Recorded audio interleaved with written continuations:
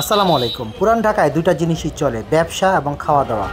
এই দুইটার কোনোটাতেই যদি আপনার খুব একটা আগ্রহ না থাকে তাহলে ভালো হচ্ছে আপনি এলাকায় কখনোই যাবেন না, কারণ এখানকার যে ট্রাফিক জ্যাম আপনাকে পাগল করে দিতে পারে। যা বলছিলাম আর কি, ভালো খাওয়া দাওয়ার জন্য এবং সস্তায় জিনিসপত্র কেনার জন্য প্রায়ই আমি পুরান ঢাকায় যাই। হাঁটতে হাঁটতে প্রথমেই চোখে পড়লো বিউটি লাচ্ছি। কি আর করা, ঢুকে পড়লাম আর কি। 1922 সালের 15ই জুন আব্দুল আজিজ সাহেব এই বিউটি লাচ্ছি এবং লেমনেডটা প্রথম শুরু করেন। বর্তমানে ওনাদের প্রায় 3টা ব্রাঞ্চ আছে এবং ওনাদের নাতি নাতনিরা এটা চালান, অর্থাৎ এই বিউটি লাচ্ছির বয়স এখন হিসাব করলে 102 বছর চলে।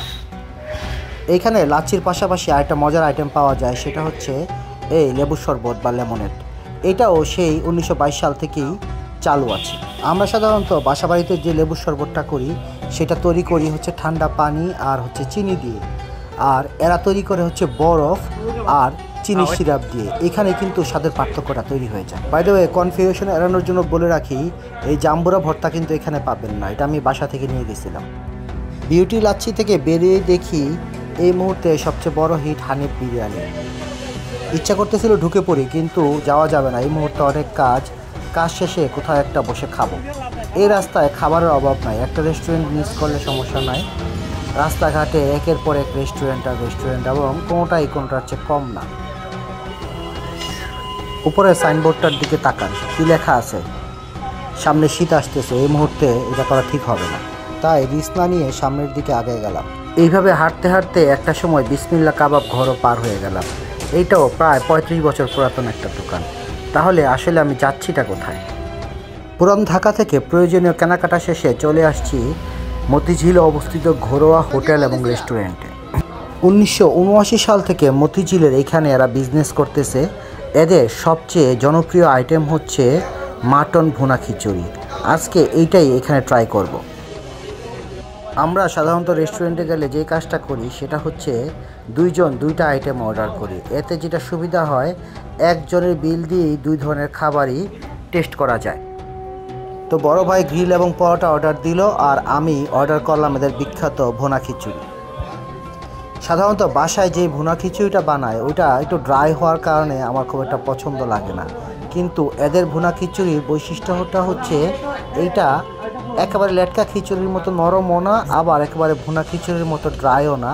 এইটা বরং ভুনা খিচুড়ি এবং লেটকা খিচুড়ির ঠিক মাঝামাঝি যদি কিছু একটা হয় সেরকম। এদের এক প্লেট ভুনা খিচুড়ির সাথে পাওয়া যায় হচ্ছে 2 পিস খাসির মাংস আর একটা বাটিতে করে একটু সালাদ, বাস এইটুকুই। এর বাইরে আপনি চাইলে কোল্ড ড্রিঙ্কস অথবা বোরহানি অর্ডার করে নিতে পারেন। শুধু খিচুড়ি প্যাকেজটার দাম হচ্ছে 260 টাকা, আর সাথে যদি পানি, কোল্ড ড্রিঙ্কস বা অন্যান্য জিনিস নেওয়া হয় তাহলে সেটার জন্য আলাদা করে বিল পে করতে হয়। শুরুতে খিচুড়ির পরিমাণ অনেক বেশি মনে হলেও খিচুড়িতে অতিরিক্ত তেল ফেল এবং মশলাপাতি ব্যবহার না করার কারণে এই খিচুড়িটা পুরাটা অনায়াসেই খেয়ে ফেলা যায় এবং খুব একটা খারাপও লাগে না খাওয়ার পরে। এই খাবারটার যতটুকু হাইপ শুনছিলাম আমার কাছে ঠিক ততটা লাগে নাই, মানে ভালো, বেশ ভালো আমি বলবো, কিন্তু আমার কাছে কেন যেন মনে হয়েছে যে এর চেয়ে ভালো খিচুড়িও আমি আগে খেয়েছি। মানে বলতে চাচ্ছি যে প্রচণ্ড মজার খাবার খেলে যেমন একটা খুব ঝিম মেরে যাওয়ার একটা ভাব আসে না, ওই ভাবটা ঠিক আসতেছে না। ভালো, তবে আহা একই খেলাম ভাবটা আসে না। বের হয়ে আসতে আসতে দেখলাম ওরা আবার শর্মাও বানাচ্ছে।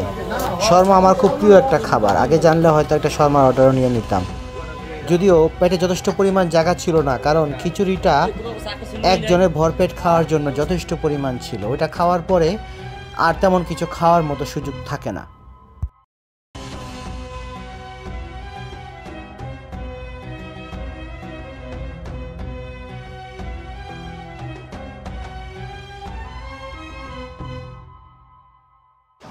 মতিঝিল থেকে মেট্রোতে করে ব্যাক করলাম।